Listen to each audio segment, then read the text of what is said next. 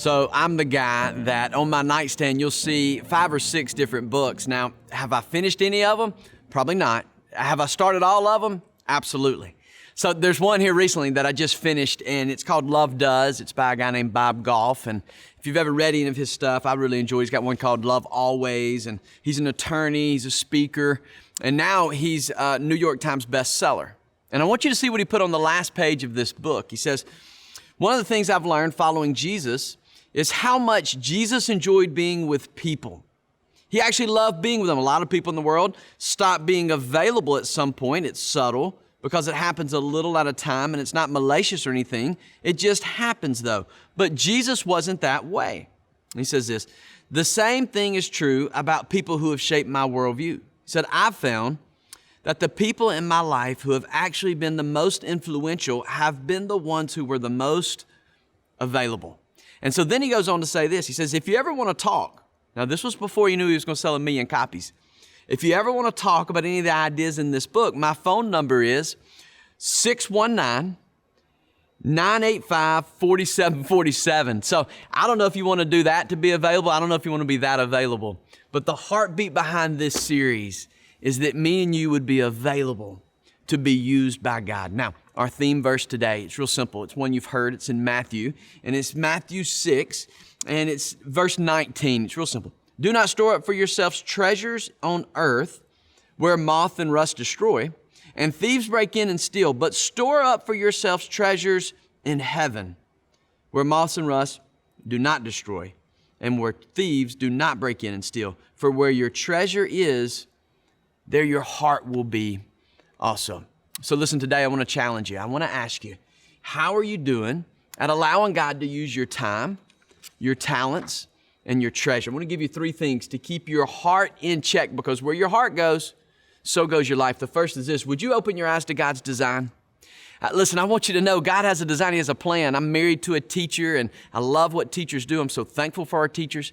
But I watch them, and they put together a lesson plan. They have a design. They have a plan in mind for their students. God has a plan. He has a design in mind for me and for you. And part of that design is that we would be a part of a local body, a local group of believers. Now, I want to be careful that I don't just say you're a part of a church. Because see, if you're like me, there's some things we've learned that we've got to unlearn.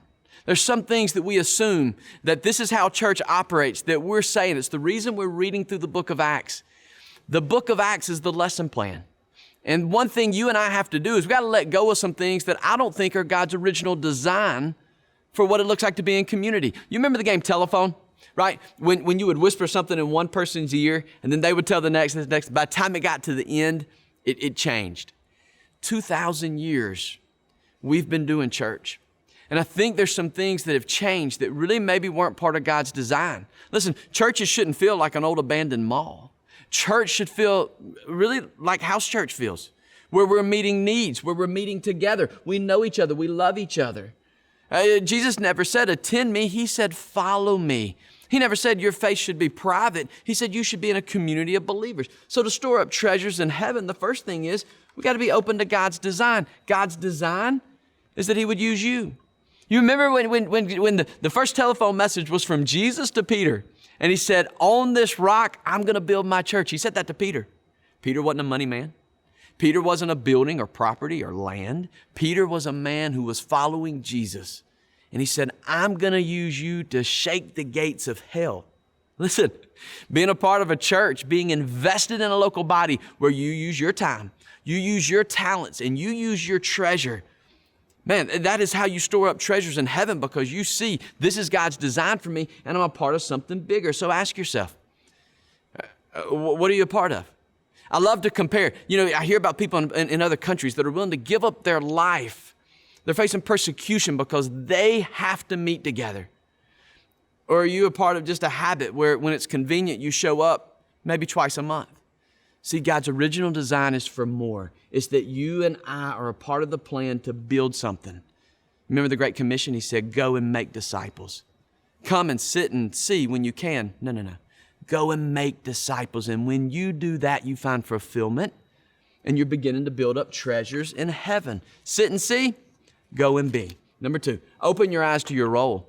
I love the story, the parable of the talents, where Jesus gave one man 5 talents and he calls him back in. He says, the master says, what'd you do with my talents? He says, well, I multiplied those. Here's 10. He gave another 2 talents. Hey, what'd you do? I multiplied those. Here's 4. He gave another 1 talent. And when it comes time to call him back, he says, what'd you do with that talent? And the man says, I buried it. He said, why did you bury it? He says, because I was scared. Listen, I'm going to tell you something. Can I be honest? I understand that. There's times that I'm scared to step out in faith. There's times that I hesitate before I invite someone to come be a part of my life. Or there's phone calls that'll come through that I screen because, listen, I'm not available. I don't have time. And boundaries, we all need boundaries. But there's also times that God has given you something. He's given you a job. He's placed you in a classroom. He's put you at a school. And He has a purpose behind that you would be available. He's given you resources. He's given you financial blessings. And He's saying, I blessed you on purpose. Now, what are you going to do with those? Can I tell you the answer He does not want from you? I buried it. I'm scared to use it. So although you gifted me with a heart for kids, I never invested in other kids. Although you gave me an example of a loving home and a family, I never opened up my family to other people. Although you gave me a great job, I hoarded it for myself. I never encouraged others. Although you blessed me financially, I kept it for myself. But here's what you gave me. He says, no.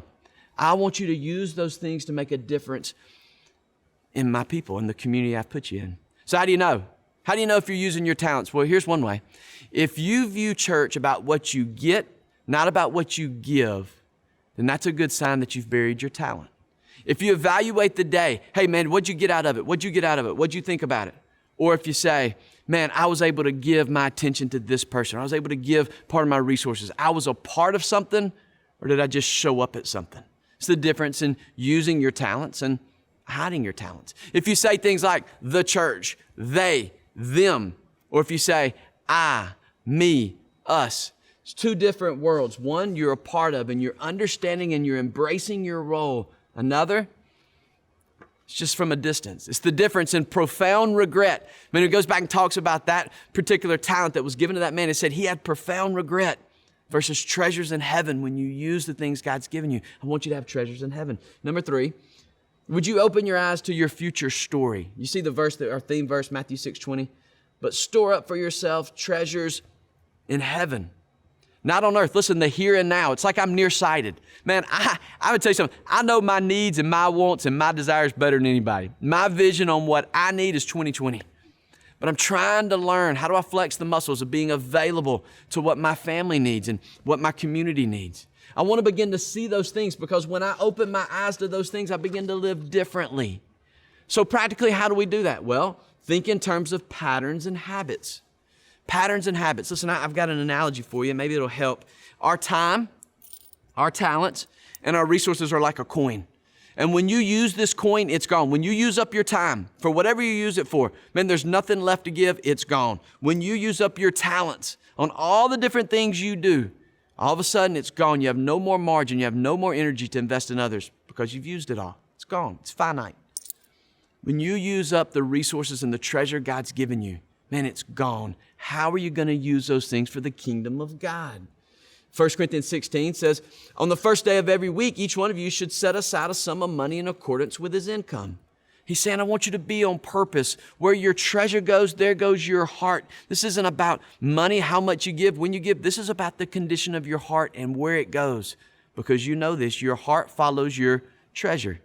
You ever see kids on a soccer field? Watch those mamas. They don't know anything about soccer, but where's their heart? It's on that field, because that's their child. Listen, your money's like that. Money make you funny. You go where your money takes you. And so if you're on purpose giving, then your heart follows it. Your time's the same way. If you use your time and you're spread 100 different directions, then you're not available to anybody. I love what Chaz Richardson said. Chaz leads one of our house church. He's got a home full of kids and adults right now. And he said he looks at his time the same way he looks at his resources. That's why with 3 kids, all 3 under 7, with a new baby, 2 husband and wife, both working full time. How do you still have time? He said, because I'm living on purpose.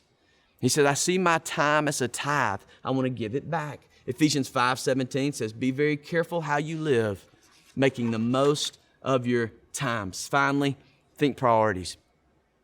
Listen, this is hard. I've got 2 kids, elementary school, and man, everything is going after our time. But I heard Byron say this. He said, What parents minimize, our kids will never maximize. Listen, what is a priority in your home? Is spiritual development something that's a priority for you and your family? How do you know? Well, look at your time. Colossians 3:23. Whatever you do, do it with all of your heart. Maybe one of the reasons your life is off is because your worship is off. Final thing, the last verse, we're going back to it. It says, for where your treasure is, there your heart will be also. Here's where it starts. It starts with your heart. Would you make your heart available to God and see what He does? Love you guys. See ya.